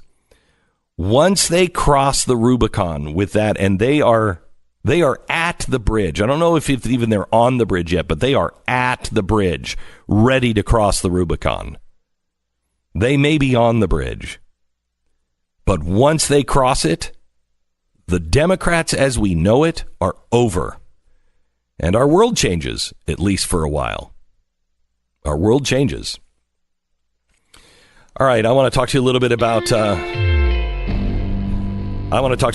Norton. Norton Security. I mean, we know that Norton Security has kept our computers safe forever. They've been all about viruses and making sure that nobody's hacking in and getting stuff and destroying our life through our computers. They've been in the security business forever. That's why we can trust them when it comes to a VPN. What a VPN is it is a virtual private network. It is using someone else's or another server, if you will, as yours. So you are ghosted. You can't find who you are. So nobody can track you. Nobody's hacking into you because you're not there. It's a virtual private network. This is something that I think now people are like, well, I don't have anything. Well, you will. And I think in the next couple of years, you will understand everybody should have a virtual private network because it's just everything is being tracked. Everything is being monitored. Everything is just getting so open that you can't handle that. You don't have it will not be good on any front. So if you want to be ahead of the game and you want to make sure that you're protected from the get-go, do it now. Go to norton.com/VPN. All you do is you're going to download an app, you're going to put a password in, and you're going to log in one time. Once you do that, you have a virtual private network for all of your devices. So go to norton.com/VPN, norton.com/VPN. Do that now. Protection starts at $3.33 a month. And there are terms and conditions, blah, blah, blah. But go to norton.com/VPN now. We break for 10-second station ID.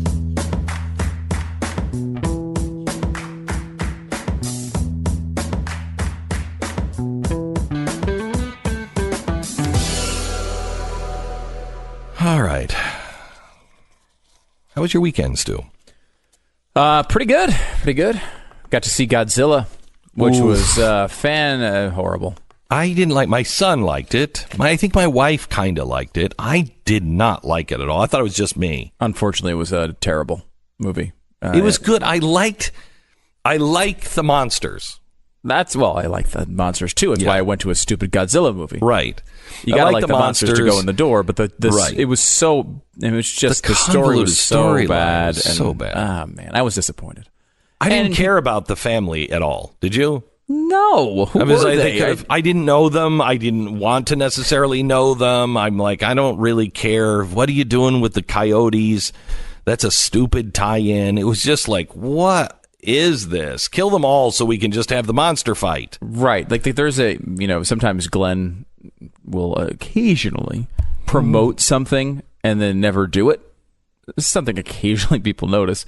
And but most of the time people don't, right? Like they're not in the car for the whole show, so they just assume they missed it. That's kind of what I feel like Godzilla was doing. They're like, here's this family, you should know a lot about them, but have I ever seen them before? Wait, right. No, you're supposed to, you should care about them right now because this backstory is going to be important. Right. Were they in the other movie? I don't even know. No, they weren't. Completely. They treated it like they were in the other movie. Correct. And it didn't work. I didn't care about any of them. No.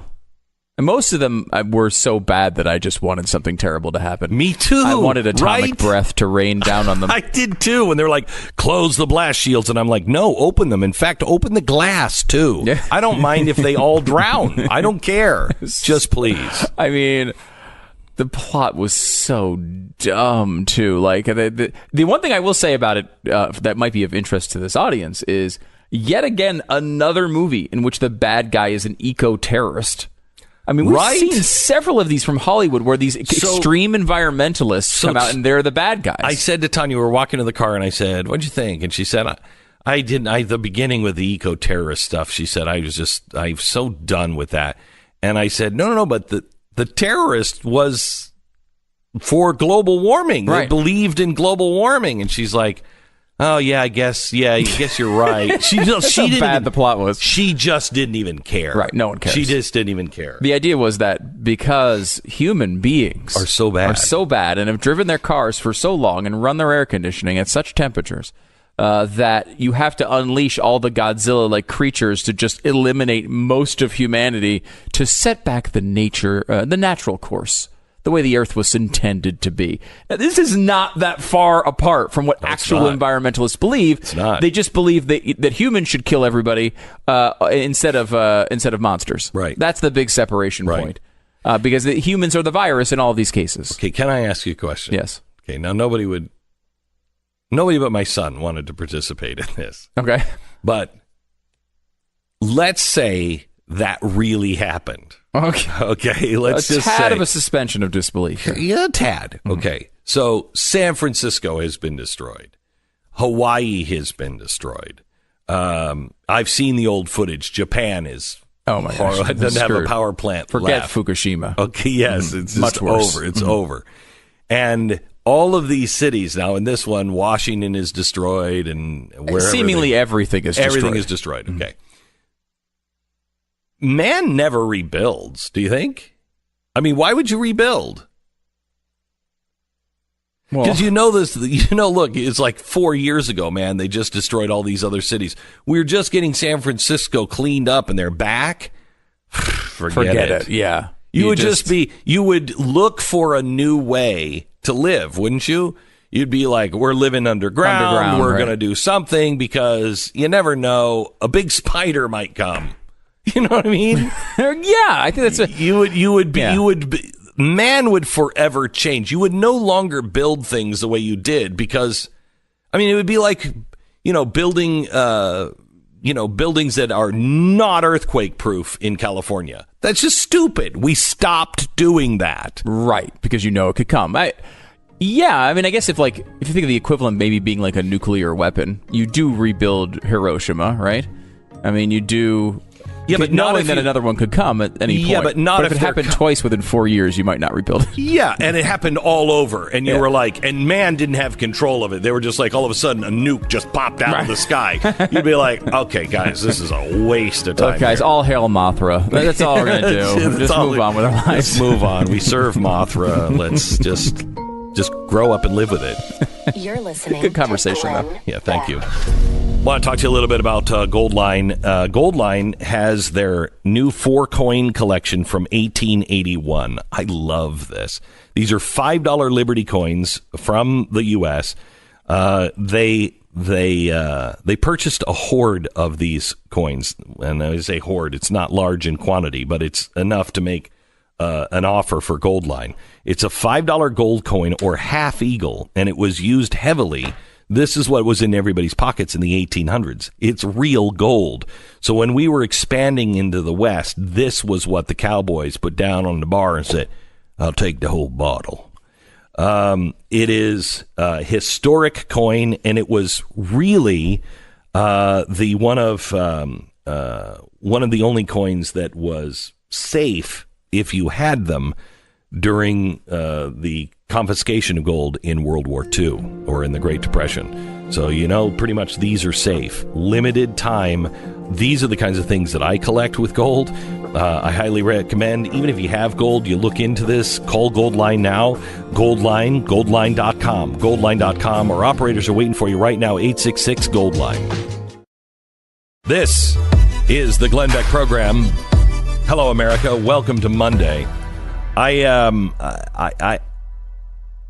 don't know why our governor has just outlawed the use of red light cameras, but I'm for it. And so I didn't even look into it. I don't know what his basis is. It's a constitutional thing or it's a whatever thing or it's just popular. I don't really care. I agree with it. And I'm in love with it. Do you have any idea why? What was the big movement? I've been lobbying the state government for some time on this one. Have you? Because approximately 1/3 of my salary for the past 5 to 6 years has gone to red light camera tickets because my wife speeds through them and then tells me she didn't speed through them, and then I get a email with the video of her speeding through them, and then I have to show it to her. And she's like, that one. Yeah, well, just pay it. So that is kind of the relationship we have on red light cameras. She goes through yellows?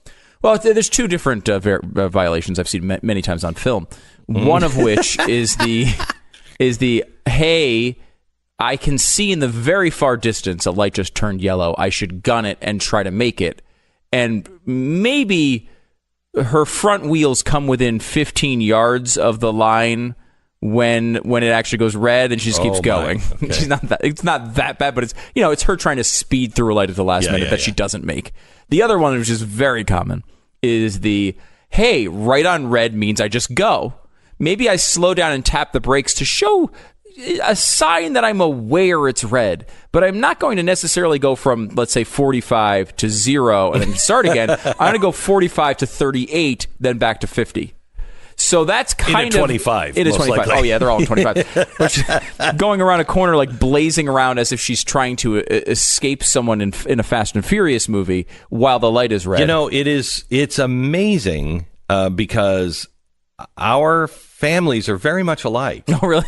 Yeah, very much alike. Because Tanya is also the very aggressive driver. Really? Very aggressive. Like we can leave the house at the same time. And she'll be 5 to 7 minutes ahead of me. And it's a mile. That's the crazy part. It's a mile drive. Yeah. She can be, we can drive to church, which is, I don't even know, 5 miles. And she can be easy already in the church by the time I'm pulling in. And I'm driving the speed limit. And then when I'm driving, she's like, watch your speed. Watch your speed. Oh, yeah. Watch your speed. It's like, what do you... My wife constantly, every time someone stops within a half a mile in front of us, she freaks out like I'm not looking at the road. Yeah. And, occasionally she's right, but most of the time I'm looking at the road and I can stop. Horrible, because they panic. And then you freak out. You freak out, and so you slam on the brakes, or you're like, what? Oh, I hate that. I know. I hate that. But she knows the one time she doesn't say it, I'm just going to plow through a kindergarten class. So it's probably the smart thing to do, but it's still frustrating. The red light camera thing is a big deal. We've had, seriously, a lot of tickets on the red light camera thing. I don't know that I've had one, but our family has been hit hard by this crisis, and I appreciate Greg Abbott bailing us out of it. Look, the idea that you should be able to have some just some camera that should bust you for tickets is ridiculous.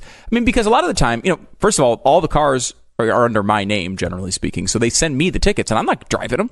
I'm not the one getting these tickets. And what happens if I had loaned you the car and you were driving through a red light? I'd still get the ticket. Like that. How could I don't even recall going through that light. How could that possibly be may constitutional? look like me, but if it is me, it's wearing a mask. But Glenn, you pulled into a Broadway store, a Broadway memorabilia store. How did this become about me and not about your wife? The point is, though, if someone else is driving the car, you're getting the tickets. That is not it's like taxation without representation. It's almost that fundamental, right? I just don't like it. I don't know why. I just don't like it. If a police officer sees you do it, then I don't have a problem with it. Except when they get it wrong, which is all the times it involves me or my family. Do you have a camera? I don't. That's not what happened. Where's your camera? You can put the camera up, I guess, to record that the officers got it right. Yeah, so they can prove their case. Well, now that they have the vest and the dash cam and everything else, they got you. When they got you, they got you. Oh, you are constantly under surveillance. All the time. All the time. The other one that no one ever talks about that really freaks me out when I think about it is these things they have all over the country that are just constantly capturing license plate numbers. You're not doing anything. You didn't blow a red light. You didn't speed. You didn't do anything. You're just driving wherever you're driving, and they're taking pictures of every license plate that passes that area. So, theoretically, if later on I commit a homicide and I say, no, I was in another part of the area, they're like, well, here's your license plate right around the crime scene 5 times. We know you were there. I don't ask my license plate. I don't know what my license plate is doing when I'm driving in other areas. Wait till automated cars come into play. That will be happening. But that's freaking me out. Like, they are basically building the thing that I don't want on my iPhone, which is tracking every single location I'm at. And they're doing that through the government. And they're not even saying we're committing crimes. They're just saying we're storing it all. And if we need to, we'll look back at it. Then you combine that with the stuff that they're doing with the civil asset forfeiture when you're getting pulled over and they're taking gigantic sums of money from you that has nothing to do with a crime. They're not even charging you with a crime. And they can now come in if you don't have, and even if you do have it, but if you don't have the receipt from the bank that shows that money, say you go to a bank and you're saying, you have $5,000 in the account. I want to take my $5,000 out. Sure. They can say no to you. And if you wanted to put the $5,000 into cash and then you bring it home, if the cops ever come to your house and are searching your house, they can say, where's this cash from? Well, it was in my account and I withdrew it and I keep cash on hand. Where's the receipt? How do we know that's what this cash is from? And they can confiscate your cash. They also have changed things because of the Patriot Law to where if you keep your cash or whatever in a safety deposit box, if the country is in crisis, the Department of Homeland Security can be in for the opening of every safety deposit box, standing there as you open it, and they inspect it with you. So if you've got gold and they've confiscated gold, or you've got guns and they've confiscated guns, it's all in the laws now. All they have to do is have the emergency. They've really changed things in the last 30 years, 20 years. And wait until, the emergency then was, obviously, as we all would recognize, a legitimate emergency with terrorism. Imagine when, the climate emergency is the thing they're implementing. I mean, I don't know. They'd be at my house in a week we're putting on the heat in the middle of the summer at my house. They'd be just, first of all, we're going to arrest you, but secondly, you're insane. I just want to make sure that you realize that you're insane. That's basically where we are now. My wife, who everyone would acknowledge that I married up significantly. I would not talk about her any more than you already have. You seemed really sure of yourself when you said significantly, which is is a little disturbing. But she recently, as she will tell you, lost weight that she felt she needed to lose. You know, this is women. I don't understand it. She's like 4 pounds. Right. I don't understand any of it. But the bottom line is she has lost her ability to determine what is an appropriate temperature. Like she now thinks like 76 degrees is the appropriate temperature for like the kids to go to sleep. And I'm like, at least the thermostat, it's 76 degrees. It's like really hot. I'm sweating from going up the stairs once, which is normal. But I mean, that's not supposed to be the case. She doesn't understand. 76 is the perfect sleeping temperature. No. If you're like in church, it's perfect. Yes. 76 will put you to sleep that fast. But when you're in bed, that's way too hot. Way too hot. With blankets and everything on you. And she's completely lost the sense. And it's really, I don't know how to handle it. I mean, because I can't tell her, like, so wait, what the right temperature is. Are you having to try to sleep in 76 degrees? No, it's so far been able to maintain the cool temperatures because we've always been in agreement that the appropriate temperature to sleep at is like 67 degrees. Like it's cold. Right, I want cold with big covers on me. That's what I want. How do you do that? You hate cold. I know, but I like it with the big covers on top. I like cold, and then I like to snuggle in. That's always been the philosophy. Right. I feel like it was a foundation of our marriage, and she's reneging on it. I am with you. I'm now at about 68 with no covers. No covers. 60. Wow. Yeah, Tanya has like 700 blankets on her, and she's like, I'm freezing. I'm like, I'm sleeping. I can't take my skin off. I'm sorry. It's too hot. There are things we could do maybe to change how much skin we have and the things, the layers underneath them. But that's a long-term process. Yeah, she has pointed that out. But it's like, no, I'm sorry. Say, if you're at 76 and you want to go to sleep, we either start to live like, I don't know, the king and queen, and we have separate bedrooms. Yeah. Or it's divorce. Mm-hmm. One of the two. Because there's no way to compromise there. You're pro-choice. You have options there. Exactly right. All right. Our sponsor this half hour is Relief Factor. Relief Factor. If you're in constant pain, you are not alone. A lot of people are in constant pain, and you don't have to live that way. Pain is actually caused by inflammation, or made much, much worse by inflammation. That's what Relief Factor does. It reduces the inflammation that you have in your body. And 70% of the people who try this find the relief they're seeking. So please, just try the 3-week quick start. I did it for 3 weeks. I took it as directed, and I'm telling you, I've been taking it ever since. It's been almost 18 months. In fact, it has been 18 months. Relief Factor. I take it every single day. I highly recommend. Just try it. You just may get your life back. ReliefFactor.com. That's ReliefFactor.com. Jason Buttrill is our head researcher for the show and has been working on the behind the scenes of Bernie Sanders, which tonight we give you part 2 of, and it's quite frightening because they took on the Democratic Party in 2008, and then they upped their game in 2016, and now it's full-fledged nuts, is it not? I'm so excited for tonight. I got to tell you, I'm just, my mind is blown. I was looking at some of the stuff you were exposing, back during the Obama campaign, all that. And then people were just like, oh, that's just crazy town. Working with these people, these groups, all that stuff. They're bragging about it. The people that are on the campaign now are bragging about it. You have videotape. We have them on video in some pretty peculiar places, which you've seen behind the scenes.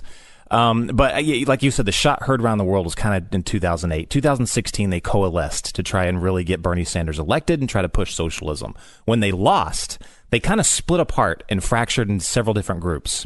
In places all over the world where you see a radical left movement, in some cases even violent out in the streets, they were involved. all the radical left policies going on in, let's say, New York, or getting, some of the very radical people like Ocasio-Cortez elected, they're the ones behind it. Now they're all coalescing, coming back to Bernie's campaign. And I tell you what, if you thought street movements like Occupy Wall Street were a big deal, Antifa... these are the people that organized it. These Occupy Wall Street for sure. Yeah. Mm-hmm. And then every other major group where you see, like, if there's remember, like, when we were talking about, like, when Acorn was outed, and then they were kind of discredited. They kind of went away. They never went away. They just went into some other smaller groups. These are the people now that he has advising him and are in his campaign. Can you imagine if some of these people actually got real power? Can you imagine how bad it would get? And these are the people. They're not just against conservatives. They are against Democrats. They are not happy with the Democrats. They're anti-capitalist, and absolutely, they're against Democrats. They're trying to pressure Democrats and moving to their form of leftism. If anybody saw the video from the Bernie campaign saying, Bernie just doesn't want the means of production. That's not what democratic socialism means. It just means free health care and free education and child care. No. That's not what he or anyone else on that campaign believes. And I love that. It's just Sweden, what we're going for. Scandinavia. Right. We have people in his campaign that you'll see later tonight, in their own words, have talked about nationalization, have talked about collective ownership. And not only have they done that in private, they've done that in public forums in other countries.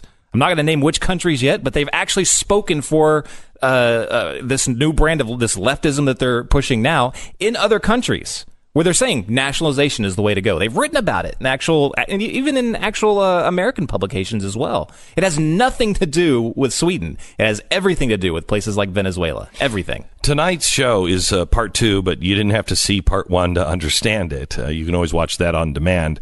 But it is just as important that you share this with your Democratic friends to show them the radicals. It's not.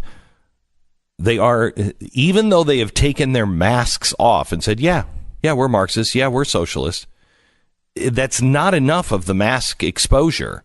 These people are going full out.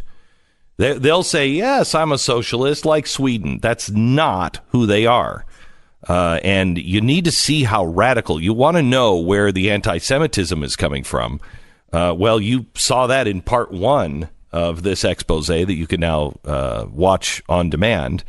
And tonight, you'll see just how radical this team is around Bernie Sanders. And nobody's going to show this to you. There's nobody in the mainstream media that is going to do this or wants to show this. And, of course, we'll be made fun of and mocked, but we'll show you the evidence. We'll give you the videotape. We'll show all of it tonight at 5 o'clock. You don't want to miss it.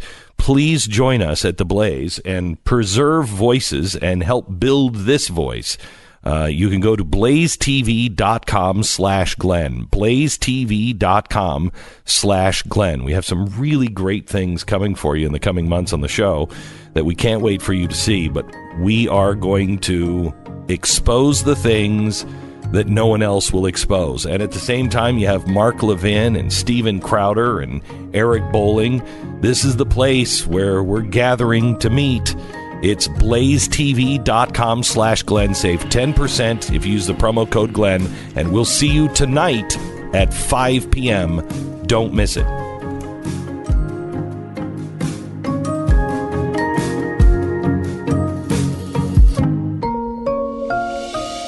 You're listening to Glenn Beck.